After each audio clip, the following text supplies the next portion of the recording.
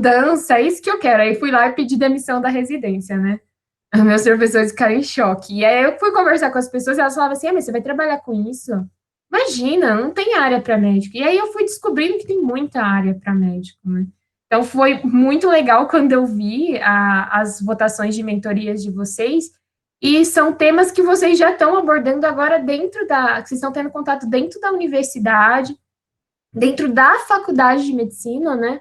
Vocês não estão precisando ir para um outro campus para entender sobre isso.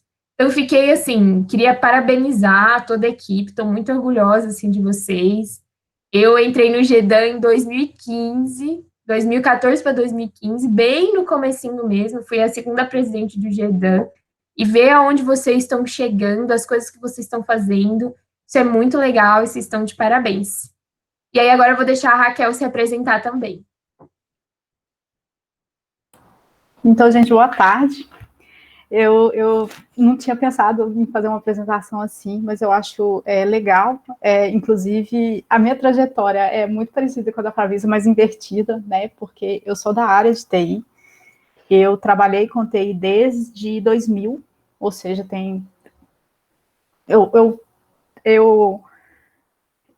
a minha atividade profissional ela foi na TI aconteceu, né, durante 18 anos, então, assim, eu fiz um shift, eu pivotei completamente e resolvi fazer medicina por uma série de questões, assim, porque eu trabalhava muito viajando, era uma área que me estressava, ela já estava meio saturada já daquilo ali, pura e simples. Eu realmente ia pivotar completamente, mas eu vejo também que a informática ela pode agregar muito, assim, na medicina. Então, é uma coisa que eu penso, né, quem sabe, futuramente, até conciliar, mas eu acho importante a gente trazer um pouco disso, né, da TI para a medicina. E aí é isso, estamos aqui hoje. O meu objetivo hoje é só dar uma pincelada mesmo, um assunto, assim, extremamente amplo, vasto, e tem muita coisa, mas eu acho que o tempo, assim, a gente pode depois, né, acabar desenvolvendo um pouco mais desse assunto ao longo do tempo aí dentro do GEDAM. Mas, assim, eu acho que como a Fabrícia falou, existe, assim, uma área muito grande e vasta para se trabalhar aí dentro da área de TI. Eu queria saber, quem quiser ficar à vontade para falar, se alguém já mexeu com informática, se alguém já teve algum contato com ágil, mesmo que por curiosidade, assim, já andou lendo, vendo ou fazendo alguma coisa em relação a desenvolvimento de software e especificamente das metodologias ágeis? Boa tarde, meu nome é Marcelo e eu sou técnico de informática, eu formei pelo Cefet. Trabalhei já no Tribunal Regional do Trabalho como técnico, assistente técnico de lá, e eu trabalhava programando também em Java, C++, por aí vai. Mas eu sou mais front-end, não gosto muito de back-end, não. Ah, tá. Eu também sou aluno do Cefet, mas eu formei já tem, né, eu formei em 2000 mesmo lá no Cefet, depois eu fui fazer computação e tal. E massa, bacana. Mais alguém gostaria de colocar um pouco a experiência que está tendo com ágil?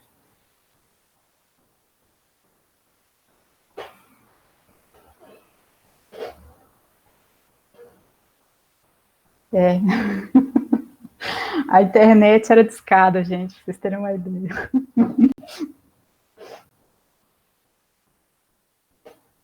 Bom, então, hipoteticamente, onde eu trabalho, a gente mexe, a gente trabalha com uma forma de metodologia ágil, né? A gente usa Kanban para se organizar e tal, né?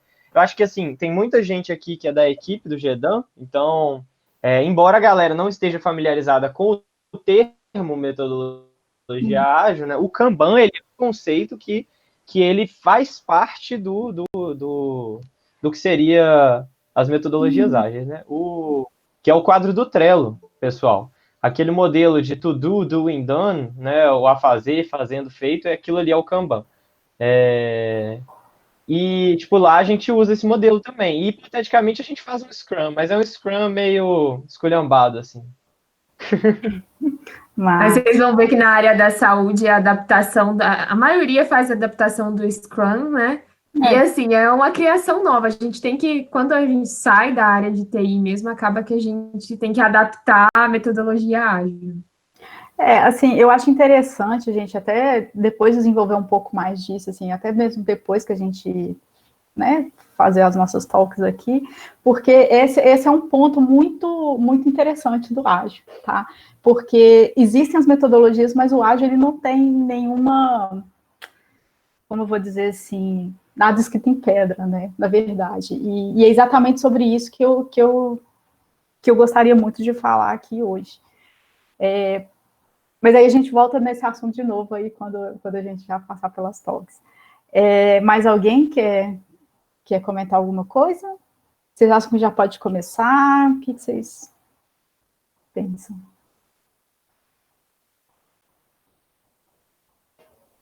O que você acha, Wendel? A gente espera mais um pouquinho ou a gente já começa?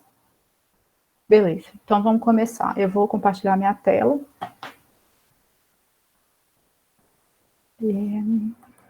Vocês estão me escutando bem, né? Otimamente. Então tá ótimo. Então. Qualquer coisa, vocês me dão um toque aqui. Ed, você tá gravando pra gente?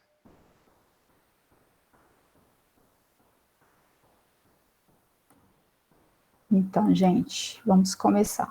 Então, assim, meu objetivo hoje é falar um pouquinho sobre metodologias ágeis. Eu acredito que a gente não vai conseguir esgotar tudo o que a gente tem sobre ágil, né? Porque é uma coisa, assim, imensa. Mas eu queria só plantar a sementinha, né? Do ágil aqui para vocês, para quem não conhece, ou mesmo para quem conhece. Eu acho muito mega importante da gente começar por os pontos que eu vou tratar aqui. Então, eu já me apresentei, mas eu vou me apresentar de novo. Eu sou a Raquel, eu estou fazendo medicina atualmente na UFMG, né? Estou no 4º período, ainda estou bem no comecinho do curso ainda. Mas antes de fazer medicina, como eu já disse, eu trabalhava com desenvolvimento de software, eu era desenvolvedora, eu desenvolvi grande parte da minha vida em Java, um pouco de Delphi, mas um pouco de C# também, mas tipo assim, os meus últimos anos de desenvolvimento foi muito, muito Java, né, de linguagem, né, básica de programação. E meus últimos anos de experiência foi mais como consultoria de desenvolvimento ágil, numa empresa hoje que chama, ThoughtWorks, e aí eu pude também vivenciar um pouco de cada mundo, né, tanto do desenvolvimento ágil, quanto do passado, que a gente chamava das metodologias tradicionais de desenvolvimento, e a mais famosa delas é a cascata, né, o waterfall, que muita gente usa o inglês mesmo. Muito bem. A gente se escuta muito falar sobre ágil, sobre os métodos ágeis, né? E existe, assim, uma infinidade de materiais que estão disponíveis aí para a gente que fala sobre ágil. Só que a gente tem uma questão, é que a maioria, ela está relacionada muito a como fazer o ágil, a como implantar o ágil. Só que aqui eu gostaria muito de falar do porquê que o ágil existe, né? Qual o motivo do ágil existir. E um outro ponto que me faz querer falar sobre o porquê é porque o ágil hoje é o mainstream, né? O ágil hoje a metodologia mais usada como desenvolvimento de software. E no início dela foi vista com muita desconfiança pelo mercado, né? Pelas empresas e tal. Mas com o tempo ele se tornou ela se tornou madura e hoje em dia ela é usada assim largamente pelas empresas. Só que isso também pode provocar, de alguma maneira, algum desvirtuamento da essência dela. Pode ser que no meio do processo, no meio do uso, né, massivo dele, os princípios dele se percam um pouco. Eu, como consultora, já tive empresas que a gente chegava lá, a empresa falava que usava ágil, mas no fundo mesmo, ela não implantava os princípios que o ágil prega, né? Então, para a gente evitar a gente se perder um pouco nessa essência, para que esse esquecimento não aconteça, eu acho que a gente sempre tem que estar voltando no porquê, né? Do porquê que o ágil existe, porquê que o ágil hoje ele é uma o grande mainstream, assim, na área de desenvolvimento, e hoje em dia, inclusive, influenciando outras áreas de conhecimento também. Então, vamos lá. Por que surgiu metodologias ágeis, né? Para que a gente vai usar metodologias ágeis? Um marco importante que eu vejo nas metodologias ágeis, antes da gente começar a falar sobre o status quo na época, é que houve uma reunião num resort de esqui lá em Utah, numas montanhas lá nos Estados Unidos, em 2001. Foram 3 dias em que 17 profissionais da área de TI, que já, de alguma maneira, usavam alguns métodos na época, né, que eles chamavam de métodos leves, eles foram para se encontrar e tentar, nesse encontro, chegar a um terreno comum sobre essas metodologias que eles usavam, né? São pessoas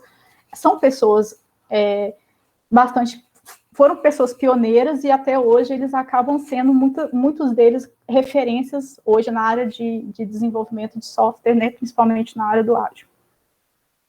E dessa reunião, né, desses idos de fevereiro de 2001, lá nesse resort, eles chegaram num documento que chamava Manifesto Ágil, que provavelmente alguns de vocês já devem ter ouvido falar dele.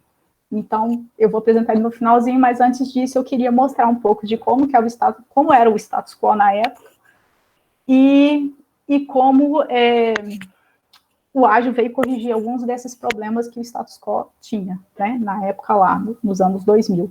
É importante dizer que, assim, se você for analisar bem, foi ontem, né, tipo assim, tem um pouco mais de 20 anos, e em TI, ele é uma disciplina, a informática em si, né, o desenvolvimento de software, ele é uma disciplina bem nova, digamos assim, se você for comparar com a engenharia da vida, com a medicina e por aí vai.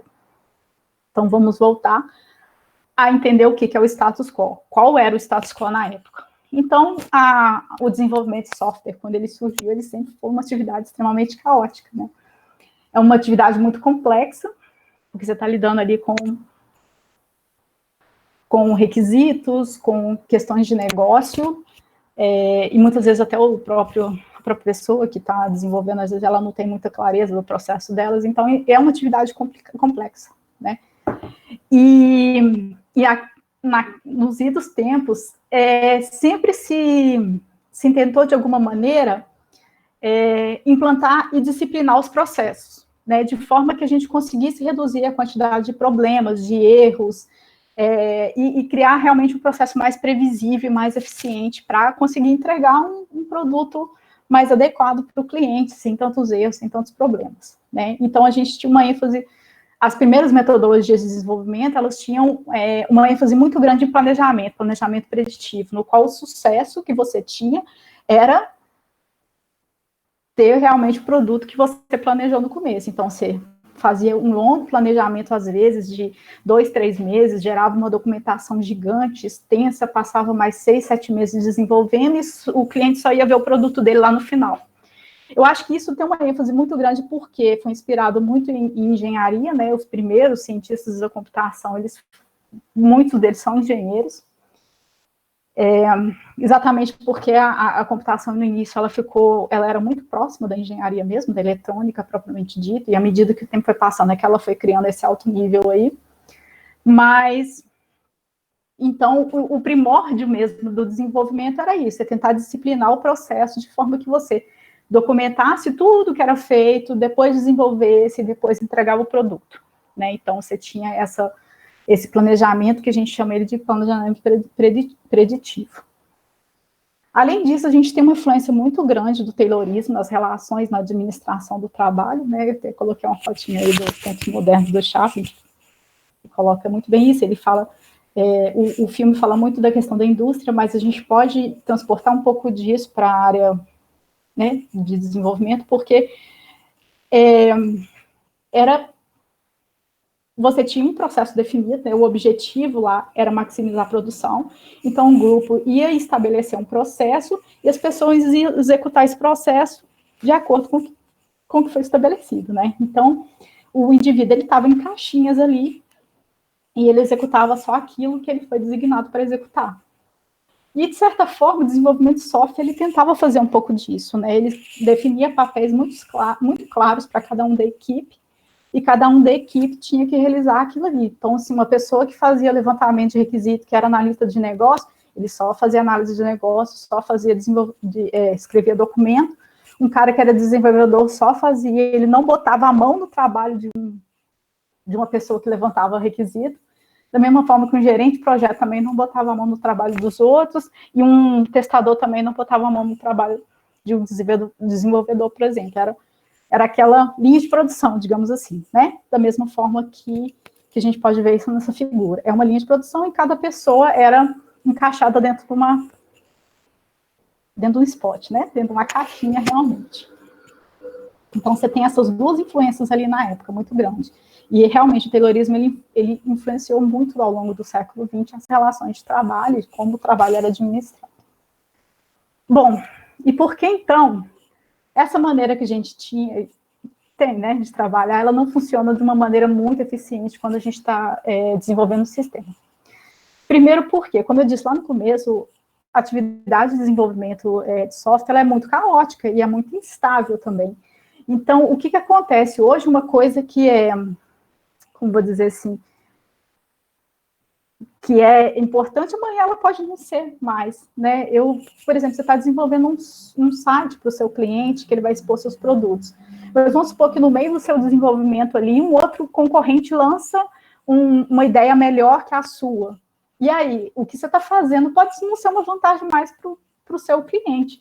Então, existe essa instabilidade. Isso é só um dos exemplos, e aí depois a gente pode até discutir, né, na hora que a gente for fazer a discussão, de falar um pouco mais, exatamente, trazer mais exemplos, assim, desse tipo de instabilidade, mas, assim, é muito comum que as coisas vão mudar quando você está desenvolvendo. Então, não adianta nada você ter um plano gigante, desenvolver, chegar lá no final, o produto que você está entregando para o seu cliente não é aquilo que ele realmente está precisando. E isso acontecia, assim, com uma certa frequência. E já aconteceu, por exemplo, de casos, assim, de que a gente fazia levantamento de software com uma pessoa. Tem um caso bem emblemático, que eu vou contar ele rapidinho aqui. Eu lembro que a gente estava desenvolvendo um software para uma casa de dança, assim, mas era uma casa de dança que tinha as reservas de mesa. E aí o software era exatamente para a moça que fazia reserva por telefone poder ter o mapa do salão dela e colocar ali as reservas, né? Colocar o nomezinho da pessoa e saber qual mesa já estava ocupada, qual não estava, qual que era mais próximo do palco, qual que não era e tal. E vocês veem que isso é antigo, tá, gente? Tanto é que era por telefone, você não tinha site, não tinha nada disso. E aí, quem fez todo o planejamento desse software, em que o analista de negócio conversou, foi o dono da empresa, né? Só que, no dia que eu fui instalar esse software, eu fui instalar ele, e quem me recebeu e quem ia usar era a filha do dono, que era a pessoa que fazia as reservas. E ela falou assim, não, mas isso aqui não me atende, isso aqui não me atende. Aí, quando a gente foi ver, o software ele teve que sofrer N modificações, porque a gente desenvolveu tudo escutando uma pessoa, e chegou lá na hora de instalar, quem ia usar era outra. Então, assim, a gente teve um retrabalho muito grande em determinados pontos, exatamente por causa disso. Gente, e isso acontece muito, acontecia muito, e acontece ainda, né? Acontece ainda em software. Mas, assim, acontecia muito, você chegar, desenvolver, na hora que você ia instalar para o cara lá, o cara vira para você e fala assim, não, mas isso aqui não é bem isso que eu estava precisando, e aí você tem que ter um retrabalho muito grande para refazer, né? Ou então, às vezes, até, tipo assim, abandonava, né? Isso já havia acontecendo em vezes, você desenvolver, ter todo o trabalho, e como ele não atendia o que o cliente queria, e, tipo, simplesmente deixava para lá e ficava encostado. Enfim, então, assim, essa instabilidade, ela pode ser, inclusive, desejável, e ela pode trazer uma vantagem competitiva para o cliente. Então, vamos supor, eu estou desenvolvendo um site, de repente, eu vejo uma ideia ali que pode me trazer mais rentabilidade para o cliente. Por que não? Por que eu vou seguir aquele plano, sendo que eu posso alterar e modificar, e isso vai agregar para o cliente mais do que eu estava antes? É lógico que a gente tem que pensar sempre em prazo, orçamento que você tem e tal, mas tudo isso tem que ser negociado. Então, se o mundo externo mudou, que sentido faz eu continuar com o plano inicial? Aí, nesse ponto, o que eu quero chamar a atenção aqui, que é necessário um planejamento adaptativo. Não quer dizer que você não vai ter planos, é lógico que você tem que ter um horizonte. Mas você tem que saber reagir às mudanças que estão acontecendo no seu contexto ali, para que o que você vai entregar para a pessoa seja o mais adequado para ela, né? O que vai fazer ela feliz, digamos assim. Então, o planejamento adaptativo, ele não é você planejar, executar e entregar. E, geralmente, são planejamentos longos, que duram meses de desenvolvimento. Planejamento adaptativo, ou seja, você vai ter ciclos menores e, à medida que o tempo vai passando, você vai entregando os pedacinhos para o cliente. E, nesse sentido, eu gosto muito dessa figura, porque isso quer dizer que a sua solução ela tem que ter um desenho evolutivo e constante. E cada vez que você vai entregar alguma coisa nova para o seu cliente, ele tem que trazer um valor para ele. Em cima aí, você tem o método tradicional cascata. Então, quais são as entregas aqui? Vamos pensar que você tem que entregar um carro. E o carro, ele vai servir para o quê? Para o cliente, para a locomoção. Então, primeiro, no tradicional, o que acontecia? Né? Fazendo uma analogia aqui com o carro, entregar o carro. Eu entregava a roda, daí 2 meses eu entregava o chassi, daí 2 meses eu entregava um chassi mais a lataria, e daí, no final do desenvolvimento, eu entregava o carro. Ou seja, a pessoa só ia ter acesso ao que ela precisava realmente lá no final, depois de meses e meses e meses de desenvolvimento. Já qual que é o mindset do ágil, né? O que muda aí nesse sentido? Eu estou sempre entregando alguma coisa, não que seja a funcionalidade final que o meu cliente precisa, mas alguma coisa que vá ser útil para ele naquele momento. Se ele precisa se locomover, eu começo, então, entregando para ele um skate.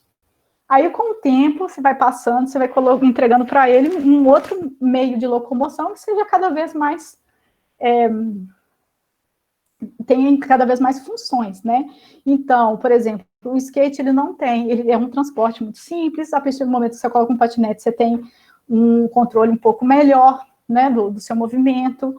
A bicicleta, ela vai trazer uma distância maior, a motocicleta, ela vai ser motorizada, então você vai conseguir ir em distâncias maiores até se chegar no carro, efetivamente.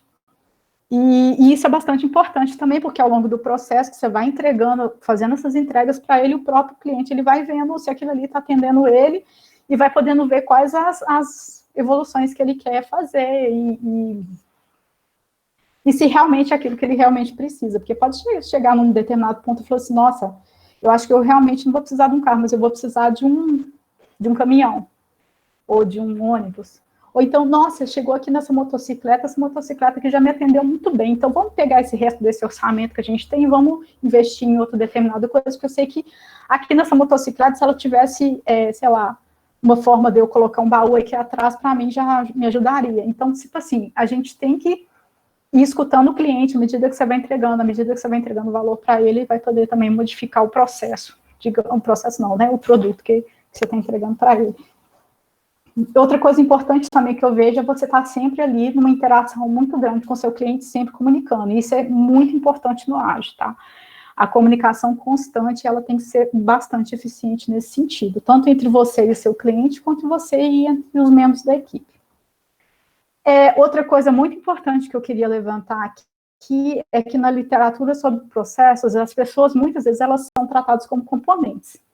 E é muito interessante, assim, que a empresa que eu trabalhava, eles falavam muito disso, né, que pessoas não são recursos, pessoas são pessoas, então você tem que tratá-las como tal, né, você tem que sempre tentar extrair o melhor delas, né, e pessoas são diversas e únicas, e o software, ele não é uma coisa mecânica, né, o processo de desenvolvimento do software, eu costumo dizer, é meio artesanal mesmo, é um processo que você precisa de usar os talentos das pessoas, né, para isso. Então, você não pode negligenciar isso, tratar as pessoas dentro de caixinhas, de forma que você está engessando elas ali dentro, né? Tanto é que num time ágil, por exemplo, uma pessoa, ela tem, lógico, um papel mais ou menos estabelecido, mas não quer dizer que, eventualmente, ela possa trafegar entre outros papéis também.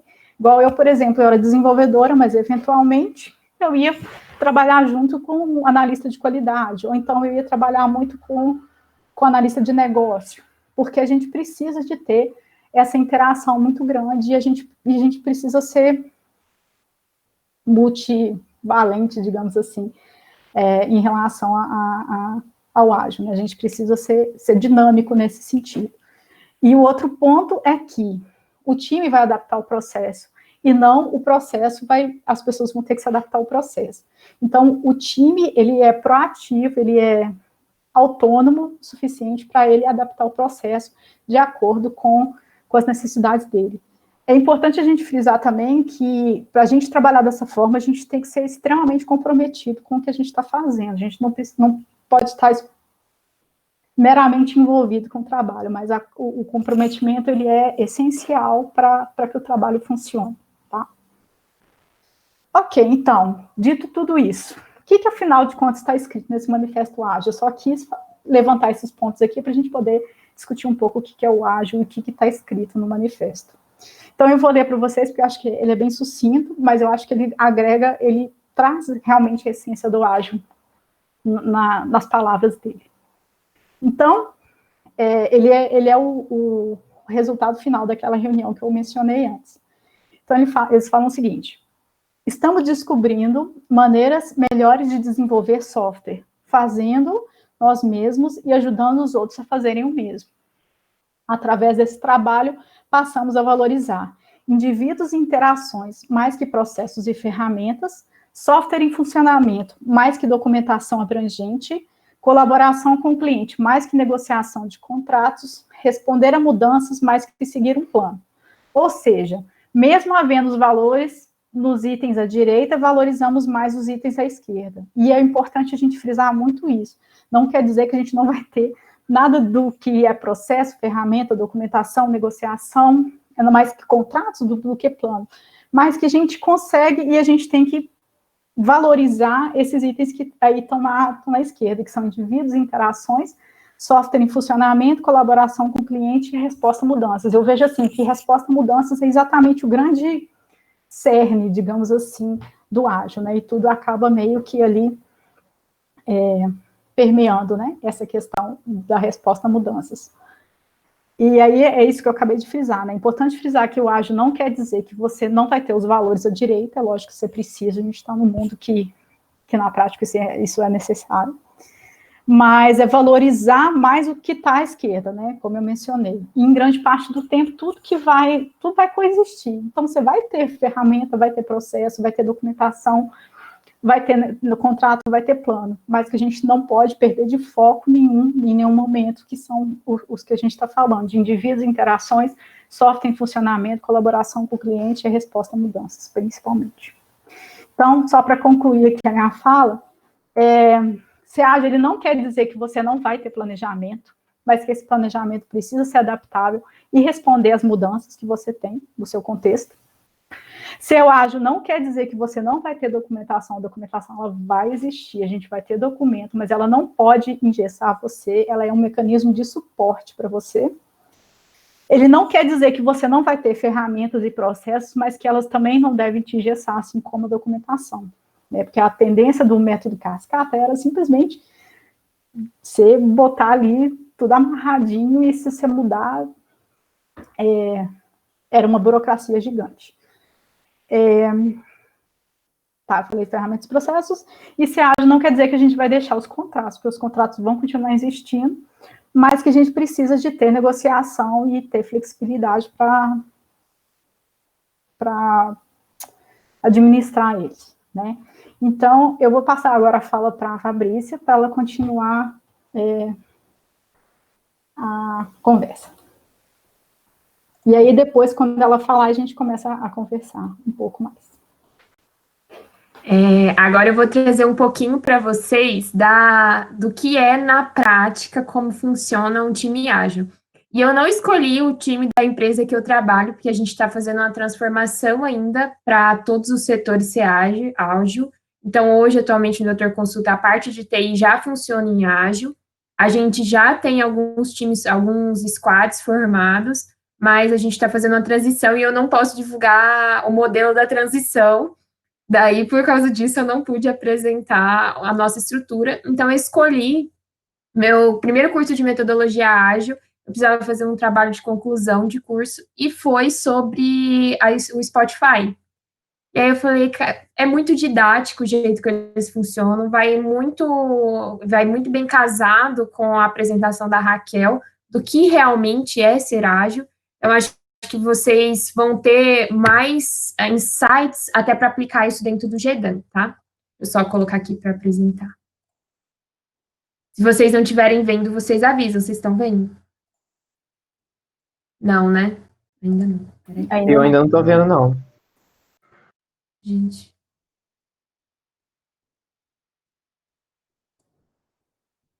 Meu computador, não sei o que está acontecendo hoje, ele tá lento. Isso que eu comprei ele outro dia.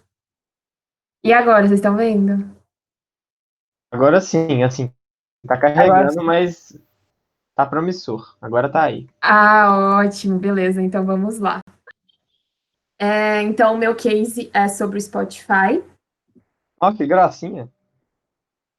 É do Canva, quem quiser mexer com boas apresentações, use o Canva e o Figma, que eles fazem excelentes apresentações. Eu ainda apanho do Figma, mas no futuro, minha próxima O Figma é apresentação vai ser doido feita no demais. Eu Figma. acho que o software é o vetor mais doido que tem. Mas enfim. Espero que mais para frente eu consiga usar. Só repetindo, então, minha formação, isso é e com administração na FGV, né? É um MBM, bem assim, não é fora da área da saúde, é administração mesmo, e que eu decidi sair um pouco fora da caixinha e ver o que as outras áreas tinham para ensinar e não ficar tão bitolada dentro da saúde. Eu sou membro do Colégio Brasileiro de Executivos em Saúde e da Sociedade Brasileira de Informática em Saúde. Como eu brinquei ali nos comentários, meu LinkedIn tá para briga, tô esperando a Google aí, os hunters me pegarem. Quem sabe no futuro. Vou contar um pouquinho para vocês da história do Spotify. Foi fundada em 2006 na Suécia, em Estocolmo.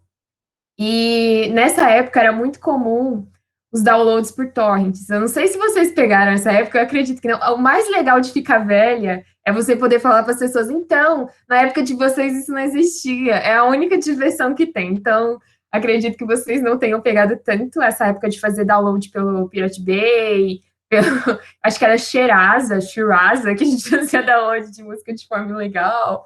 Então, era bem nessa época que os caras pensaram em criar o Spotify, que é um serviço de streaming,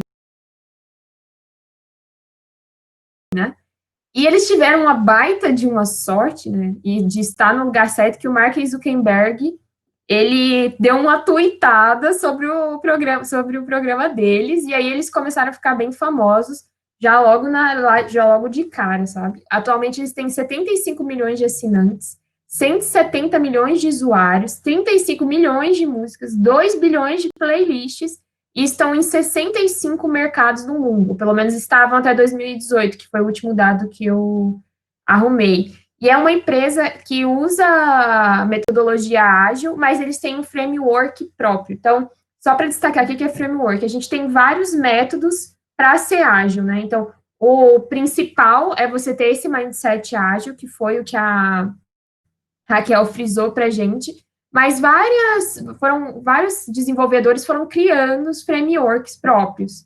E, inclusive, um dos mais famosos que eu vou falar com vocês, que chama Scrum, você consegue achar toda a documentação do framework de graça na internet, tipo, de como fazer, quem são as pessoas envolvidas. E o que eu mais achei legal disso, quando eu fui mostrar para o meu marido a primeira vez, né, é que parece RPG, tá? Então vocês vão ver que tem uma função ali que é muito RPG. Quem já jogou vai entender. E aí o primeiro time que eles criaram foi em 2008, quando eles começaram a empresa, eles foram criar um music player. E aí eles já criaram esse primeiro time usando metodologias ágeis, que foi essa que eu vou apresentar para vocês agora, que chama Scrum. É uma das mais utilizadas, assim, é tranquila de usar, é o que eles chamam de framework leve, né? Não tem tantas regras, então isso é algo é um dos que mais, assim, dá suporte para a maioria das empresas que eu conheço em ágil em saúde, tá? O Kanban, que vocês falaram, o quadro Kanban, ele é diferente da metodologia Kanban. Na metodologia Kanban, a gente também tem o quadro Kanban, mas é mais amplo que isso, tá? Mas eu não vou entrar muito nela, vou entrar só em Scrum e no framework do Spotify, mas se depois vocês quiserem mais para frente que a gente vá dando algumas aulas específicas, eu, a Raquel, acho que é legal também para aprender. Então, vou te explicar agora, vou explicar para vocês a composição de um time dentro de Scrum. Tem o Scrum Master, que é esse aí que eu tô te falando, quem joga RPG, quando vê esse nome, fica com isso na cabeça. Ele é responsável por ensinar a metodologia para as outras pessoas do time, por fazer com que o framework seja cumprido, né, que a gente não se perca no meio do processo, engajar os stakeholders, né, que são as partes interessadas do projeto, e ele fica responsável por tirar os impedimentos da equipe de desenvolvimento. Então, a equipe de desenvolvimento está resolvendo, está lá programando, está codando, e aí tem algum problema relacionado a algum stakeholder. Quem vai resolver isso é o Scrum Master. Então, ele tem que suprir o time de desenvolvimento das coisas que o time precisa para desenvolver o produto. O dono do produto, ou Product Owner, é chamado de PO também. Se vocês jogarem Product Owner no LinkedIn nesse momento, vocês vão ver o que está faltando no mercado de Product Owner. Ainda mais agora com essa questão da pandemia e do coronavírus. Então, tem muita vaga no mercado. O cara nada mais ele vai fazer eu brinco que ele vai fazer o papel de quem está comprando a solução, ou de quem realmente vai usar. Isso é muito importante, porque, que nem a Raquel falou, né, que no exemplo que ela deu do software, ela criou, do software das reservas de mesa, ela criou, e aí chegou lá, quem ia usar não era quem tinha requisitado as funções, e o que ela criou não agregava muito para quem ia usar. Então, por que precisa ter uma pessoa especialista no produto ali, o dono do produto, para ele colocar quais são as funções que quem vai usar precisa e o que agrega valor. E aí ele tem a posição tipo, de priorizar, que às vezes quando você vai na telemedicina, eu cheguei na primeira semana de desenvolvimento, e aí eu vou citar alguns exemplos para vocês também do nosso desenvolvimento. E quem era o Product Owner era da área de engenharia. Então, assim, às vezes, tinha demandas nossas que ele não tinha como saber por si só, né? Então, era um cara que conversava com o time médico muito, estava ali próximo, via nosso dia a dia, para ele conseguir priorizar para o time de desenvolvimento o que era mais urgente para ser feito, e não só o que é mais urgente, mas o que agrega valor, né? O que é mais importante. Então, vamos supor, eu tenho um aplicativo que é para eu falar com o meu paciente, e aí eu tenho 3 funções que eu pedi para vocês. Uma função é receber ou enviar exames, a outra função é o áudio e a outra função é o vídeo. O que precisa, qual que é a ordem de prioridade? Então, a primeira coisa que eu preciso mais urgente é uma forma de ouvir a pessoa e uma forma de visualizar. A forma de mandar, enviar exame, talvez dê para esperar um pouquinho, né? Pode ser que seja a diferença entre a moto e o carro naquele esquema de evolução. E o time de desenvolvimento. É importante que num time de desenvolvimento tenha especialistas de várias áreas, né? Não só específico, que entenda de linguagens diferentes, ou que façam coisas diferentes, um faça front, outro faça back. Nesse time de desenvolvimento, por exemplo, você pode colocar até um médico, né? Ou um médico ali como Product Owner, ou um médico dentro do time de desenvolvimento, para agregar nessa fase também, né? Eu brinco que lá no Doutor Consulta, às vezes eles criam uns negócios, e assim, aí eles vêm todo feliz, assim, então, olha aqui o que a gente criou. E aí eu vou testar, eu falo, caramba, gente, vocês podiam, se tivesse feito de uma outra forma, ia ter ficado menos cansativo. Aí, eu tô tentando uma vaga que fique entre o time de desenvolvimento e entre o time médico, de gerente de tecnologia, justamente por causa disso, porque para não esperar chegar o feedback para falar o que agrega valor, né? Mas para já, durante o desenvolvimento do projeto, falar o que agrega valor para o médico que está usando o prontuário, por exemplo. E aí, explicando para vocês um pouquinho de como funciona um processo de Scrum. Eu vou ser bem rápida para a gente ter tempo de conversar no final. Então, primeira coisa, vamos supor que a gente vai criar um produto para um paciente, né? Para atender um paciente. Quando eu descubro o que eu quero criar, o que as pessoas faziam antigamente? Elas criavam as coisas da cabeça dela, e aí, se o pessoal gostasse, a pessoa comprava. Mas não é assim mais. Hoje a gente tem ferramentas como Design Thinking, a gente tem as ferramentas de marketing, né? Tipo, criar personas, coletar histórias de usuário, né? Às vezes você quer fazer uma melhora no seu site, e aí você vai coletar histórias de usuário, tipo, caminho, entender que caminho ele faz para chegar até ali o seu produto, né?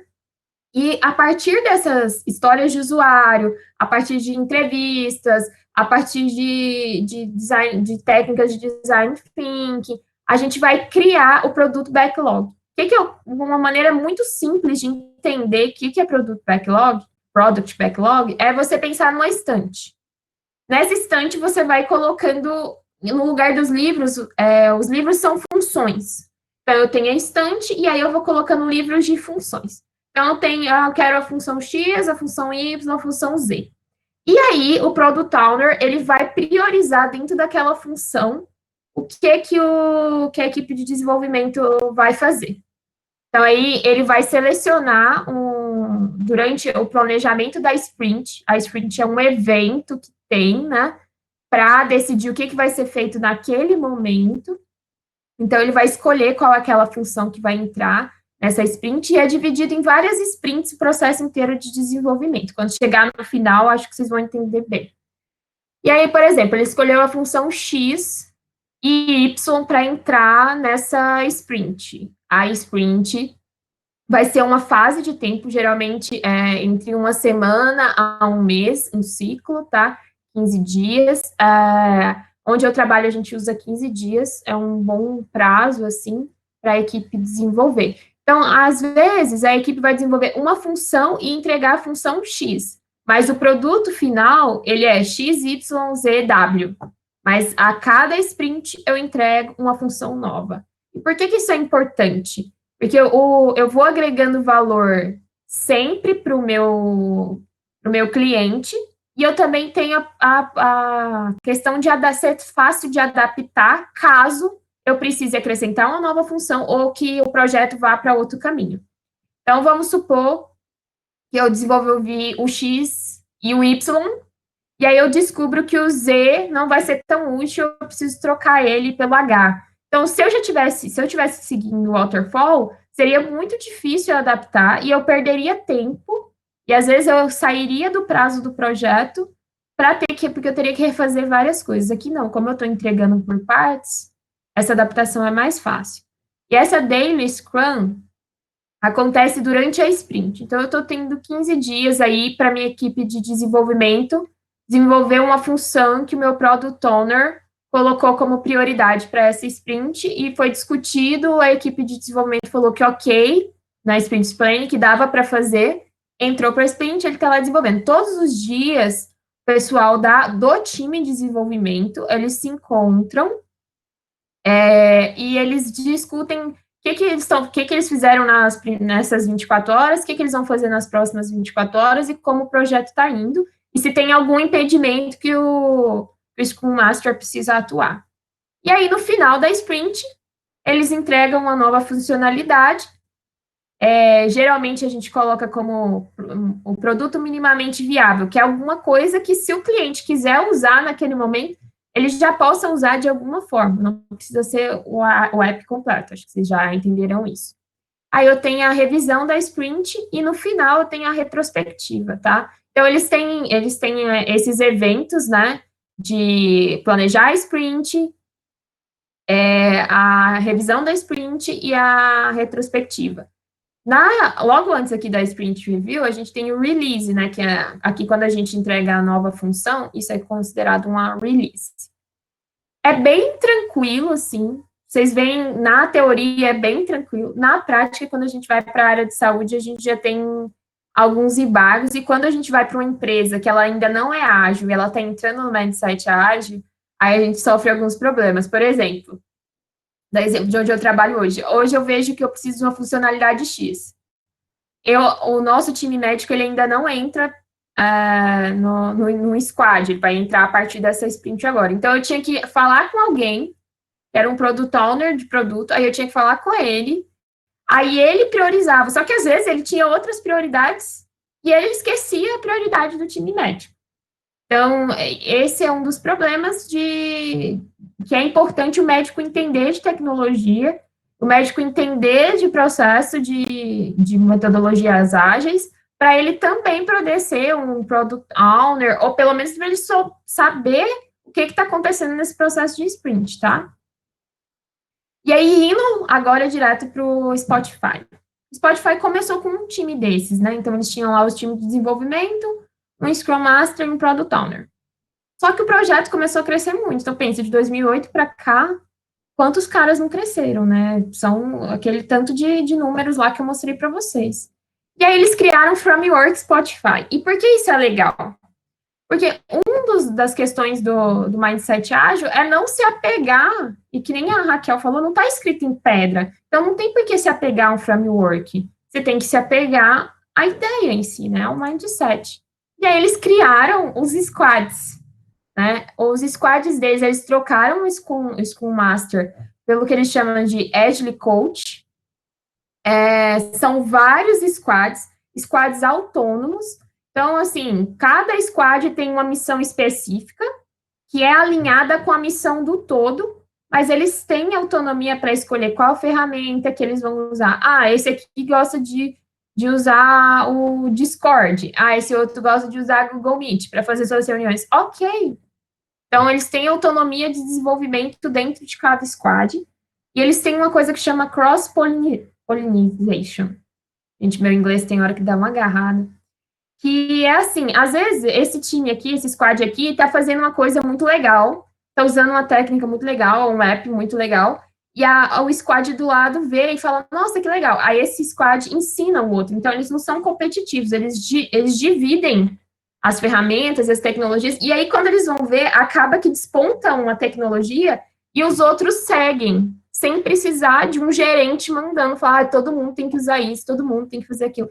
Não, eles veem as melhores evidências ali mesmo, e acaba que um squad influencia o outro, e eles trocam muita informação entre si, além deles ter uma biblioteca open source. Então, assim, esse squad criou um código tal.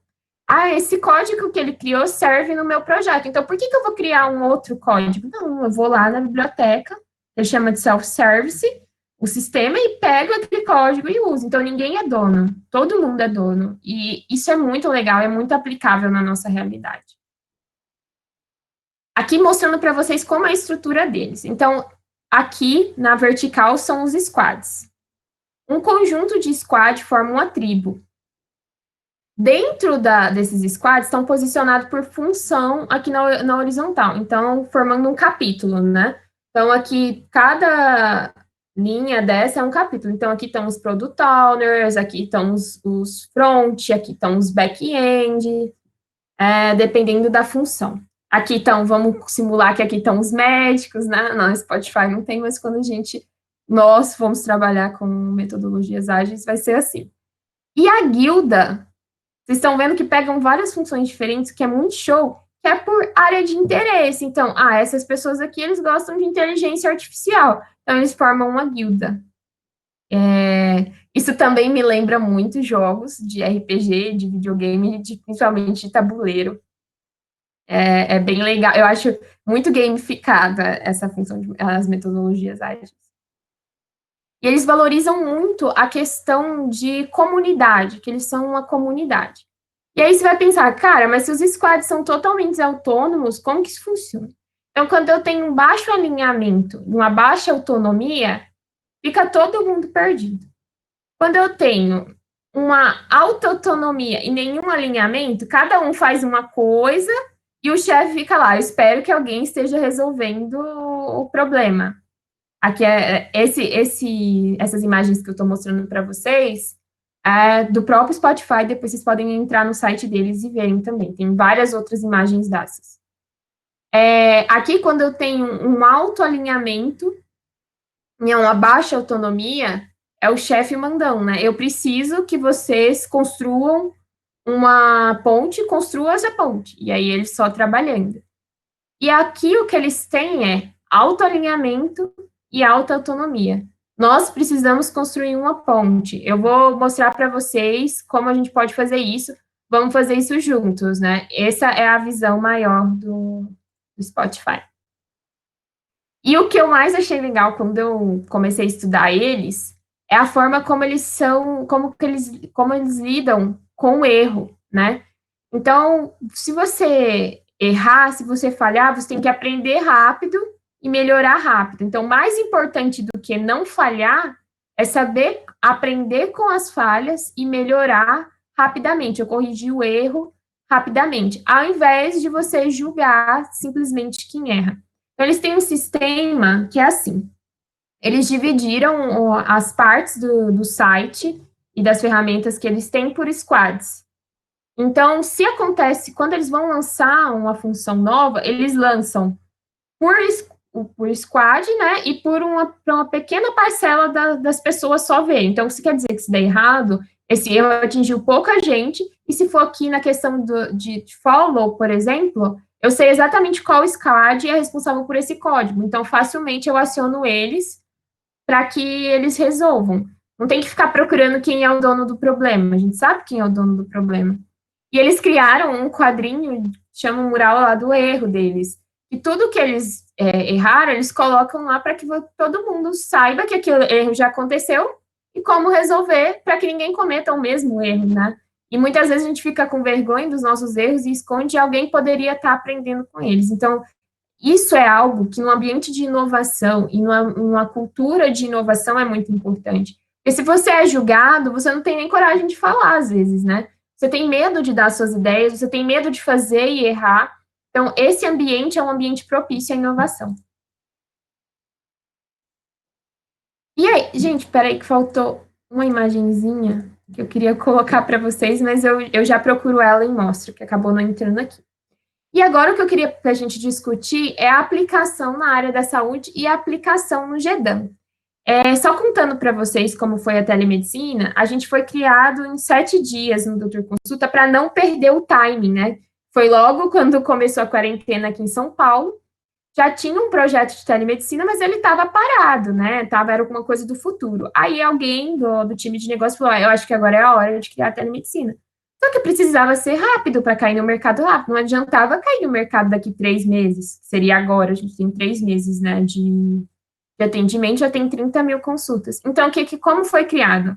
Chamaram alguns médicos, entregaram um tablet e a gente ligava no WhatsApp do paciente por vídeo.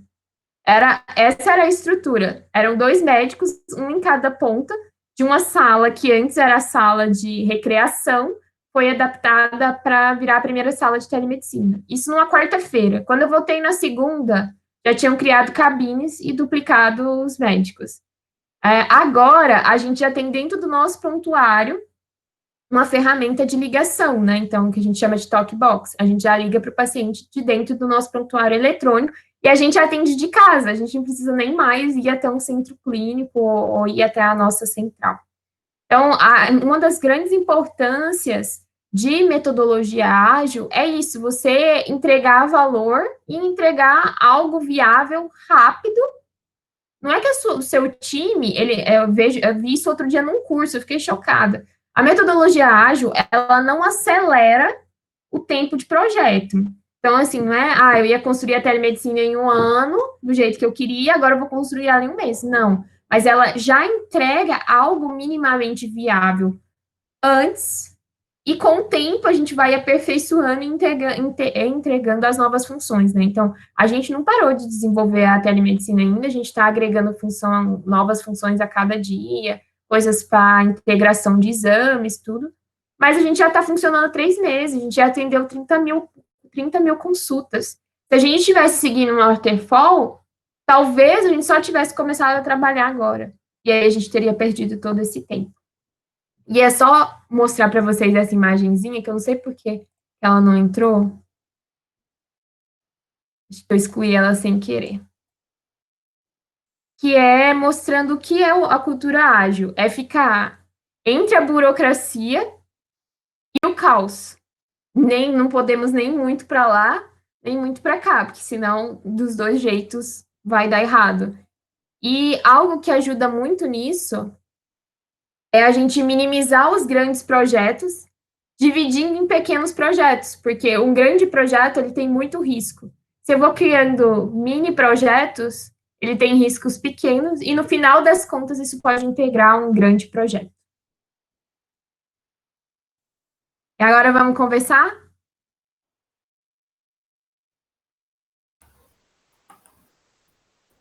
Alguém quer fazer alguma pergunta para a gente iniciar a conversa? Ou quer colocar alguma coisa? Podem ficar à vontade, gente.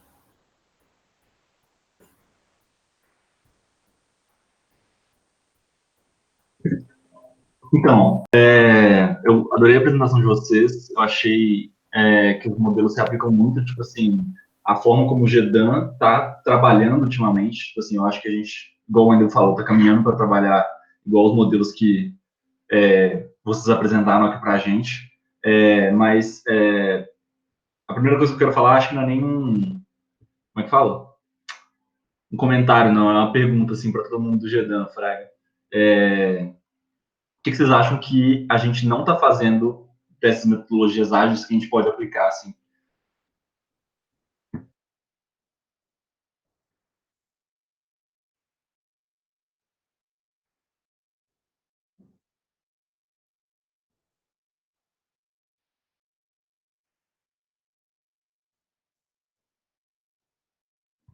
Gente, alguém? Alô?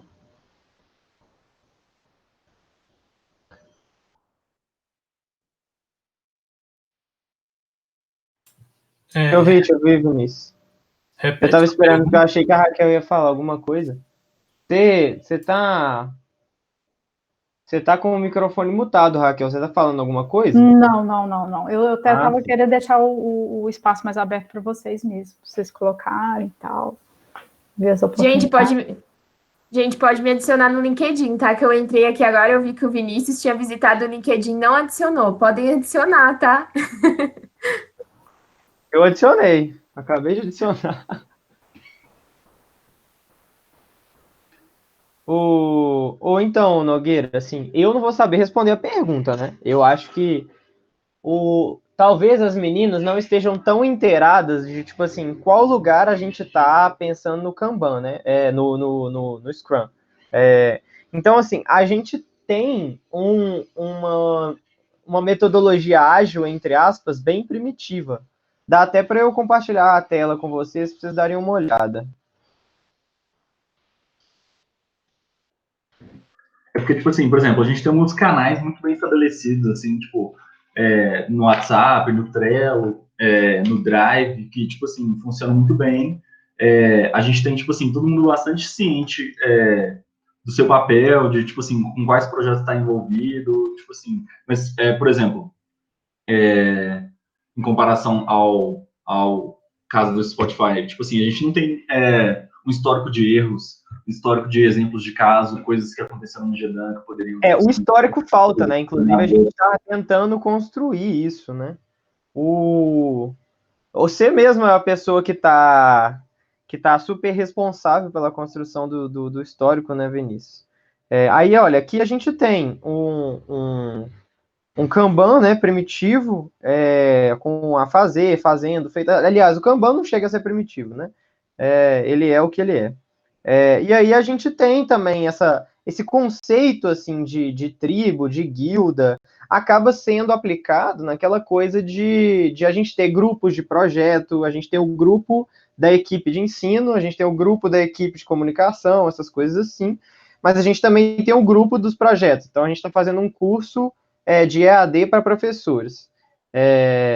E aí a gente está trabalhando no currículo e tal, e aí a gente tem um grupo com essa finalidade. E a gente também tá até na lista de projetos em desenvolvimento aqui, né? Que olha, curso para professores, e aí, apesar de ele ser um grande projeto, ele está fragmentado em vários pequenos projetos, né? E aí a gente tem lá o primeiro módulo, o segundo módulo, isso porque a gente já acabou de fazer o início do projeto, que era delinear, produzir uma ementa. A gente tem feito reuniões semanais para acompanhar a progressão do trabalho de todo mundo, mas acaba assim que como a gente não é uma equipe de gente trabalhando de verdade, né? A gente não chega a ser part-time, sabe? Eu acho que é pequeno demais para a gente ter um ritmo muito intenso, né? De Scrum, por assim dizer. Então a gente não tem sprints propriamente ditos, a gente não tem todas essas coisas. Mas o modelo, ele é muito inspirado por esses modelos de Scrum e pelo Kanban, é claro, né? E aí, eu aprendi muito isso com a Raquel e tal. Eu aproveitei esse momento em que a galera tá mais disponível para a gente tentar desenvolver uma cultura de equipe um pouco mais nesse sentido, assim. Queria até saber, depois eu posso mandar para vocês para ver o que vocês acham, se vocês acham que a gente está caminhando para uma coisa mais madura mesmo. Ô, Rafael, até compartilhei de novo com a gente, só para eu dar uma opinião para vocês. A metodologia de vocês, como vocês usam o Kanban, talvez usar o Kanban com K maiúsculo, que é uma outra metodologia ágil, seja bem legal. Uma das coisas, umas métricas de Kanban que eu acho que vale a pena é que, assim, a gente tenta dividir os projetos ou as funções por tamanho. Porque, às vezes, por exemplo, o curso de professores, um dos exemplos de divisão é, tipo assim, P, M, G e GG. Aí, os primeiros projetos que a gente faz, a gente estabelece uma métrica, né? Então, para quanto tempo a gente levou nesse projeto e qual era o tamanho dele? Esse era um projeto de tamanho G, a gente levou um mês.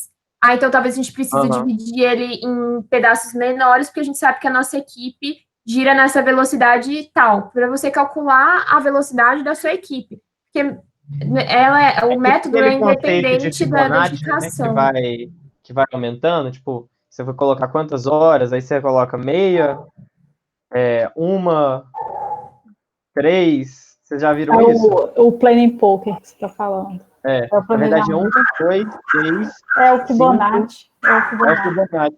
E aí, no seu caso. Essa também é uma das possibilidades. É legal. E aí, outra coisa que eu ia falar, que no Kanban funciona assim. Eu tenho o quadro das coisas que estão sendo feitas e do que tem para fazer. Quem vai terminando a sua função vai puxando outras coisas do quadro. Entende? Porque, às vezes, assim, para quem estava com o projeto do módulo 1 de aula, terminou a parte dele. Aí ele pode entrar num outro projeto, puxar alguma outra coisa para fazer, de forma autônoma, desde que ele esteja gabaritado para fazer aquilo. Isso gera um fluxo também. A gente trabalha um pouco com isso. A gente tem... Assim, claro, no momento a gente usa um quadro só. Tá começando a ficar complicado demais, mas a ideia de ter um quadro só era ter, assim, exceto um ou outro projeto. As meninas da comunicação têm um quadro separado. Mas a ideia de ter um quadro só era ficar relativamente fácil, por mais que tenha muita coisa, você pode sempre filtrar alguma coisa. Mas a proposta é bem parecida com isso que você falou. Tipo, aqui tem uma lista que é projetos que estão congelados, que a gente não tem ninguém responsável, entre aspas, ou que a gente decidiu dar uma segurada neles. E aí tem uma outra lista que é de coisas que vão ser feitas brevemente, assim, que essas aqui terminarem. E aí, assim, algumas já tem pessoas atribuídas, mas outras não tem ainda para a pessoa ir lá e se atribuir mesmo, assim. A ideia é essa. Tá mesmo. Muito bom, tá bem legal, Rafael. Acho que vocês estão indo no caminho certo. Já tá basicamente um Kanban, com exceção da métrica que vocês precisam desenvolver.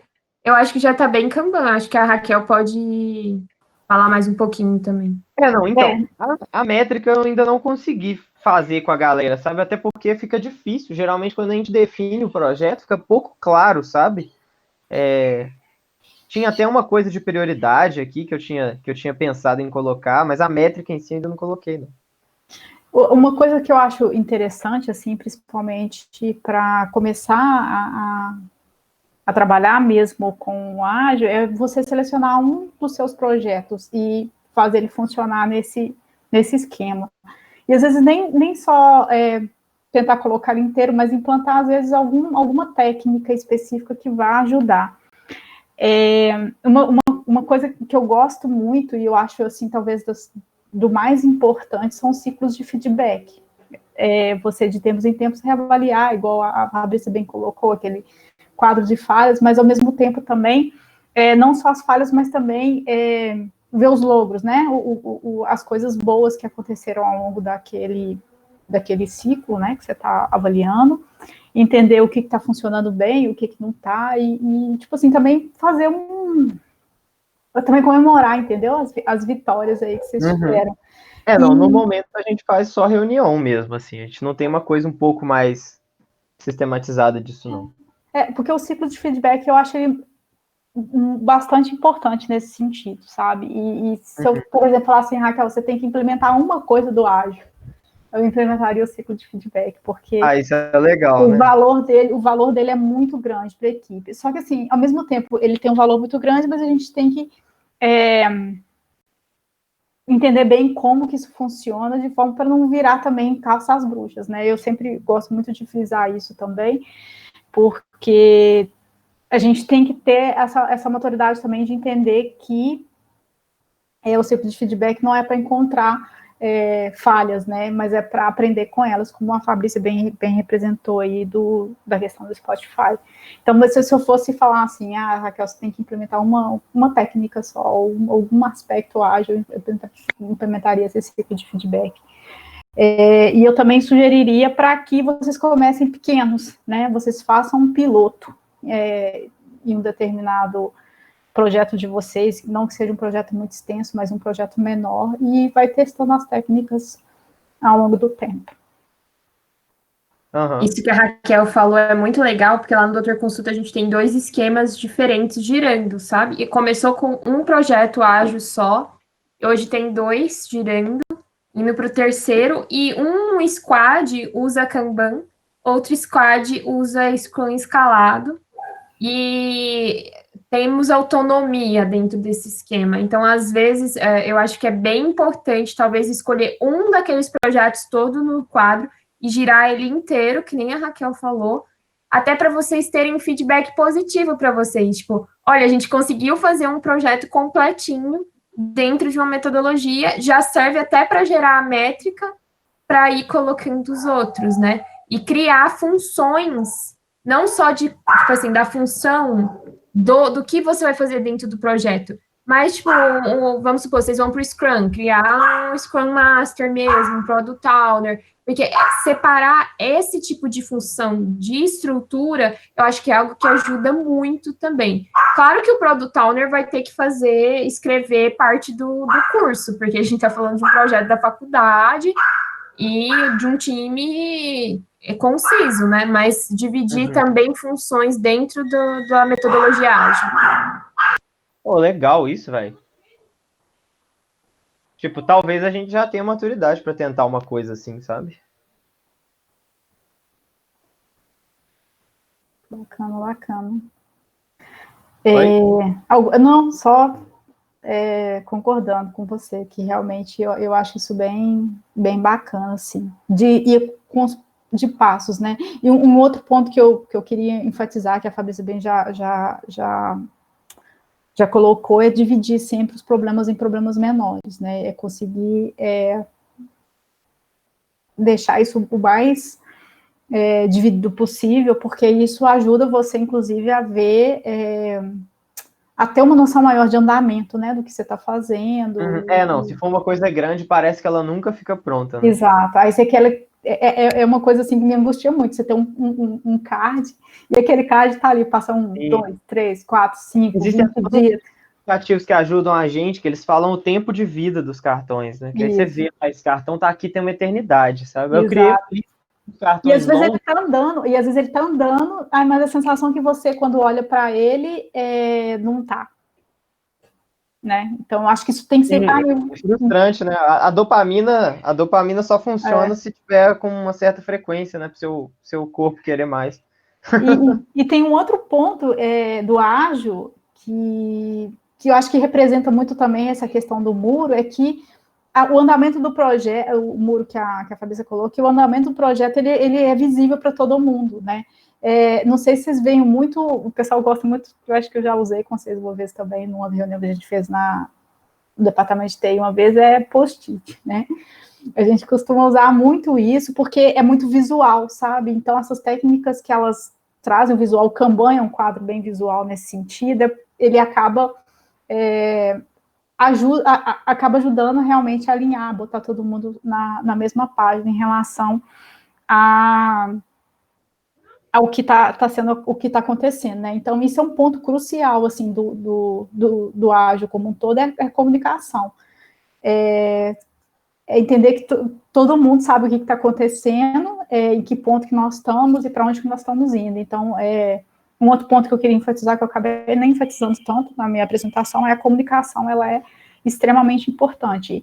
O seu status, você tem que fazer com que o seu time inteiro consiga enxergar, né, onde é que você está e para onde você vai. E aí, Kanbans e técnicas, você vê muito em empresa ágil, por exemplo, a gente usava muito mesmo na parede, assim, sabe? A gente colocava aqueles montes de post-it na parede. Uhum. E aquele que passava ali via o que estava acontecendo e tal, e sabia o que estava acontecendo. E eu acho isso, assim, muito legal nesse ponto, sabe? Do ágil é que tá todo mundo sempre na mesma página, né? Não existe, a informação, ela flui de uma maneira muito mais livre, né? Do que Tem a aqueles gente diagramas de análise também, né? Tipo, você pega os post-its, faz aquelas análises Tem vários diferentes, né? Tem SWOT, tem análise, aquela que tem duas dimensões, que eu sempre esqueço qual que é. A SWOT também tem, né? E tem várias... Urgente, importante, sabe? Isso, e tem vários tipos de dinâmicas diferentes que podem ser usados, né, para você atingir um determinado objetivo, assim. Tem um profissional que tem um site, ele tem um monte de dinâmicas, assim, né, que podem ser usadas em times ágeis, assim, e aí é uma infinidade de coisas para exatamente diferentes momentos do processo. Porque às vezes é igual a vez falou do RPG, é muito lúdico, né? Em alguns momentos o ágil ele acaba sendo muito lúdico para realmente motivar mais as pessoas e deixar as pessoas mais engajadas ali dentro do que está sendo feito. Mas eu te falo, é complexo. É complexo em algum momento, porque as pessoas também às vezes não estão preparadas mesmo para aquele tipo. Meninas, né? eu queria agradecer muito tudo que vocês trouxeram para a gente hoje. Eu vou mandar para todo mundo o formulário de feedback, né, os que participaram. Queria agradecer, deixar o espaço aberto para vocês participarem novamente. Às vezes, se a gente tiver uma oportunidade nova para falar mais sobre o tema ou sobre algum outro tema. Convidar vocês a contribuir na cultura organizacional do GEDAM como vocês quiserem e puderem, né? Se vocês quiserem mandar qualquer coisa, é ótimo para a gente. Eu aprendi muito hoje, embora assim fosse um tema que eu já tivesse alguma familiaridade, né? Bom, é isso. Depois eu mando para vocês o formulário, as respostas, né? E se vocês tiverem alguma consideração final. Eu queria agradecer a oportunidade de estar aqui. É muito bom a gente voltar para a faculdade. Eu sempre brinco, eu fui dar uma aula esses dias na UFES e aí eu fiquei super empolgada, porque é muito legal mesmo. Aproveitem a universidade, né? Porque como ela chama, é realmente um universo. E às vezes a gente fica muito preso na medicina, cara. Não deixem isso acontecer. Vão para outros lugares, né? Convivam com os outros setores da faculdade, porque tudo agrega. E se eu pudesse deixar uma recomendação para próximos temas que eu acho que vale a pena vocês debruçarem, seria design thinking. Eu acho que isso dá para agregar muito no GEDAM, para a gente realmente entender quem a gente está ajudando e o que a gente pode fazer para agregar valor para as pessoas que participam no GEDAM. E inteligência artificial também, acho que é algo que está aí que dá para ser muito trabalhado, assim como telemedicina. Era para eu falar 2, acabei falando 3, telemedicina também, tá? Ficam essas 3 sugestões de tema e contem comigo para o que vocês precisarem, estou à disposição. Muito legal mesmo. Assim, são todos temas que eu me interesso muito, sabe? Eu acho legal que a gente tá amadurecendo para conseguir debater coisas mais até um pouco distantes da realidade anterior da medicina, né? A gente está sendo os pioneiros aí, pessoal.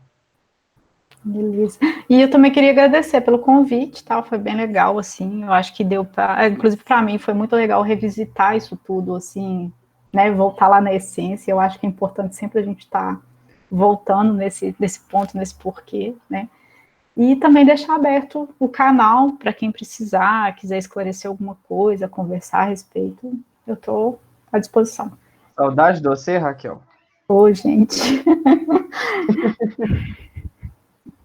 O dia ficou muito corrido, menino. Mas eu vou voltar ainda. Pode deixar. Promessa. Bom, pessoal, obrigado pela presença de todo mundo. E até a próxima, viu? Falou, gente. Tchau. Abraço. Falou, galera.